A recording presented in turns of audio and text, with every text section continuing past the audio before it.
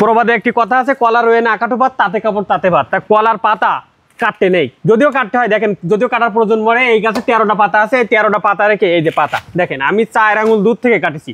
গাছের 4 আঙুল দূর থেকে কাটার একটা কৌশল আমি আপনাদের বলে দিচ্ছি। যদিও এই পাতাটা এভাবে যদিও পচে যায়, দেখেন এটা আমি অনেক দূর থেকে কাটেছি, যার কারণে দেখেন একটা ক্ষতি হয়ে যাচ্ছে। দেখেন এভাবে যদি কাটা হয়, যদি এত বেশি লম্বা রাখি, তাহলে দেখেন এইভাবে ঠিক চলে আসছে।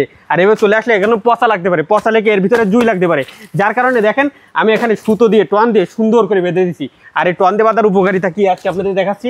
এই টন দিয়ে যদি আমি না বাঁধতাম, তাহলে এই পাতাটা পচতে পচতে একেবারে কিন্তু গোড়ায় চলে আসতো, আর এই গাছটায় জুই লেগে নষ্ট হয়ে যাওয়ার সম্ভাবনা থাকতো। তাই দেখেন আমি সুন্দর করে প্রতিটা গাছে, এই বাগানের প্রতিটা গাছে ওপরে নিচে 2 জায়গায় টন দিয়ে বেঁধে দিছি। আর এই যে দেখেন, এবার এই বোক কাটার কথাই আসি। এই যে কলা গাছের সবচাইতে ভালো পরিচর্যা হচ্ছে এই বোক কাটা। আর এই বোক আপনারা কোথা থেকে কাটবেন, দেখেন এই যে মাটির গা মেরে এই যে প্রতি সপ্তাহে একবার করে এই বোকগুলো কেটে দেবেন। দেখেন এই যে দেখেন 1 কাটা 2 কাটা 3 কাটা 4 কাটা, মানে প্রতি সপ্তাহে দেখেন এখানে বোকগুলো কাটা বাড়ছে। আর যদি আপনারা বলেন যে বোক তো রেখে দিতে হয়, বোক কখন রাখবেন? এই একটা বোক আপনি কখন রাখবেন? যখন দেখবেন এই গাছে খাদি এসেছে, মানে খাদি আসার মতো অবস্থা হয়ে গেছে, তখন যে কোনো একটা ভালো সুন্দর দেখে বোক, দেখেন আমি এই বোকটা রেখে দিচ্ছি। আর এই বোকগুলো এই দেখে কেটে দিচ্ছি। এই একটা বোক, এই বোকটা মা বোক হয়ে যাবে, পরবর্তীতে এই গাছের মতো বড় হবে এবং বড় বড় খাদি হবে। শুধু এই বাগানের ভাই আর কোনো সার মার দিতে হবে?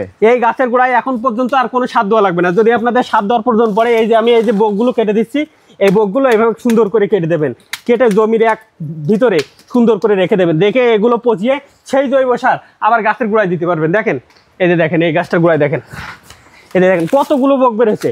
এত বোক যদি বের হয়, তাহলে এই গাছ মোটাও হবে না, শক্তিও পাবে না বেশি, আর খাদি কিন্তু বড় বড় হবে না। আর এই গাছের সঠিক পরিচর্যা করতে হলে আপনার এই যে বোক প্রতি সপ্তাহে এই যে কেটে দিতে হবে এভাবে।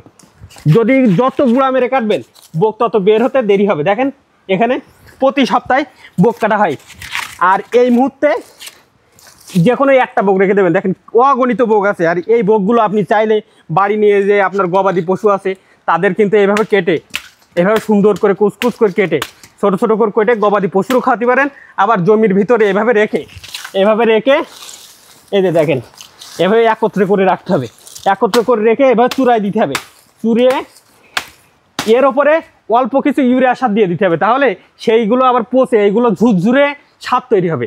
সেই সার আপনি আবার কলা গাছের গোড়ায় সুন্দর করে দিতে পারবেন। দেখেন এই গাছ দেখেন পাতাগুলো আমি কিন্তু একটাও কাটিনি, যার কারণে গাছটা চেয়ারা দেখেন এর খাদি হবে কিন্তু আমার মতন এরকম বড় বড়। দেখেন এই যে পাতা, এই যে 4 আঙুল দূর থেকে কেন কাটবেন ভাই? কোন জাতের কলা গাছ এটা গেল? এটা হচ্ছে দুধসাগর জাতের কলা গাছ, মানে দুধের মতন গা দেখছি। দেখেন চকচক করছে একেবারে।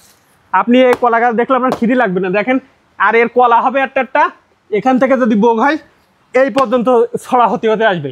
আমি এই যে 13টা পাতা রাখেছি, তার মানে 13 ছড়া কলা হওয়ার সম্ভাবনা সবচেয়ে বেশি। দেখেন এই যে এই বোকগুলো সব কেটে ফেলতে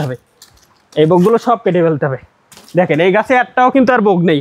এই যে দেখেন এখানে একটা গাছ, এই গাছে যেহেতু আর কিছুদিন পরেই খাদি আসবে, তাই যে কোনো একটা বোক রেখে দিতে হবে। এই যে এই গাছে এই একটা বোক রেখে দিচ্ছি, এইটাই হবে মা বোক। আর এই বোক এই গাছের মতন বড় হবে, তখন বড় বড় খাদি আসবে। ভাই বাগানে কি পরিচর্যা করছেন এখন?